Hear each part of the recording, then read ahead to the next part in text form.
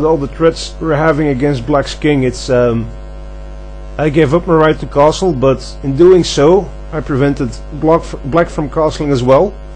Now all my pieces are nicely developed in a coordinated attack on the Black king, and it's looking pretty bad for Black already.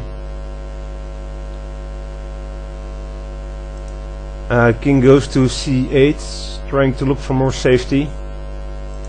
Knight d5 developing, bringing another piece in the attack, with tempo attacking the queen. Queen retreats.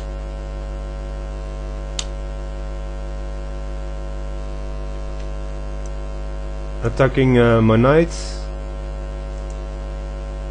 Queen to knight to e3, attacking the bishop. And queen to f6 in order to protect it. Knight takes, queen takes, and bishop to d3, attacking his queen. Queen e6 and queen c4, and now we have a discovered double attack on the weak f7 square.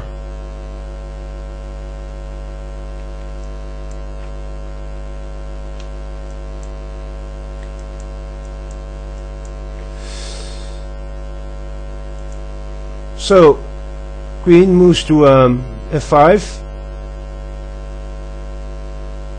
So the queen doesn't really want to leave the c8 h4 diagonal because of my own queen developments. So queen goes to f5, allowing me to capture the pawn on f7 with an attack on the rook. b5, trying a counter attack on my bishop. So now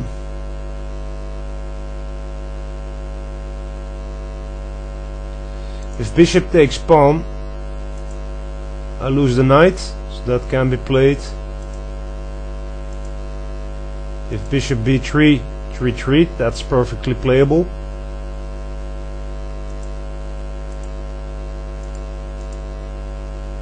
And if knight takes rook, pawn takes bishop, and my own knight is trapped on the h8 square, so that's not ideal. But instead of bishop b3, I play queen to d3, and that's a winning move because of if queen takes knight now, Black loses the queen.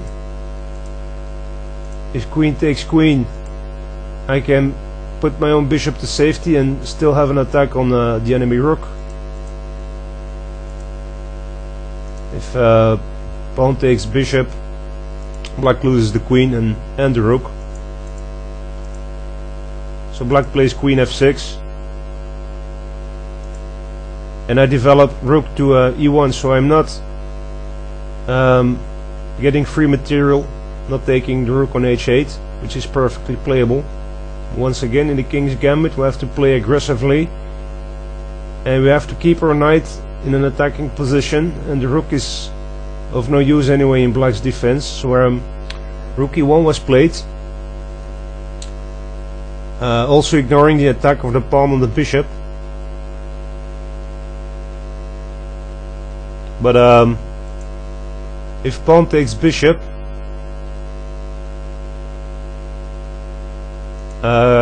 which was played, we get rook to e8 check, and if Black flees to b7, we get queen takes pawn. Now the queen's protecting the knight and the pawn's protecting the bishop, but it doesn't really matter because of if queen were to take knight, we have threats like queen b5 checkmate, to give you an idea of the poor Black position.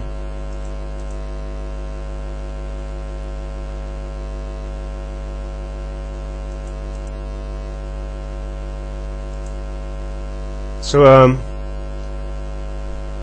king to b7 is unplayable and is probably a forced mate, so king to d7 is played. So black has 3 attacks now: pawn attacking queen, queen attacking knight, and king attacking the rook. So rook to d8 check.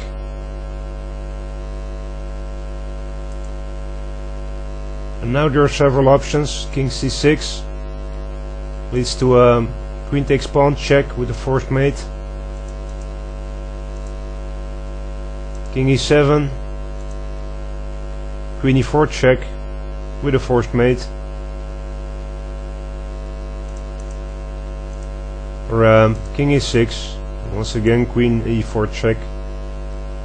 And if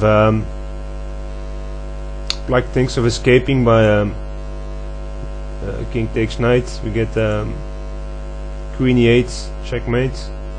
There's no escape there.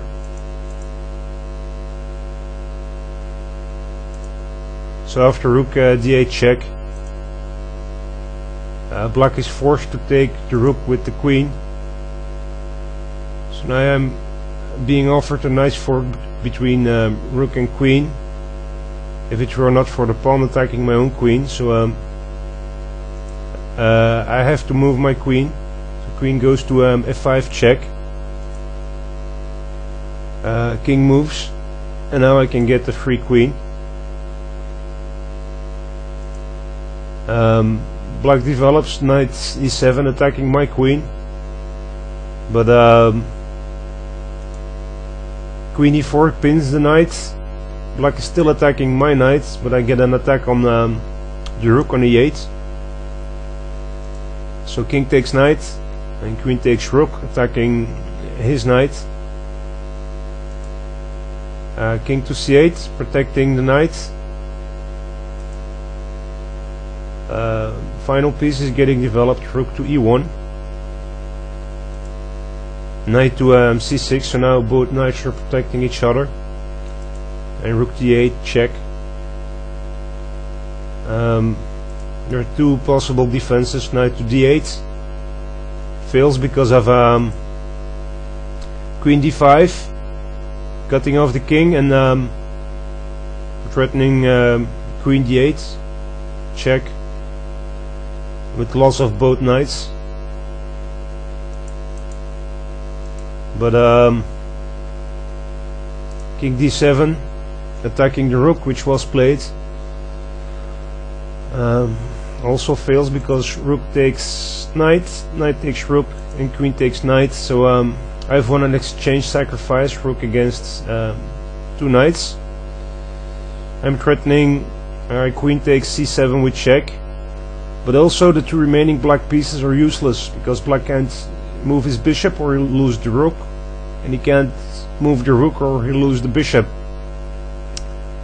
And at this point, with a score of plus 15, Fritz decides to resign because there's no saving the position anymore. So that's it. I hope you had a good time watching this video. Please leave a comment on YouTube. Thanks for watching.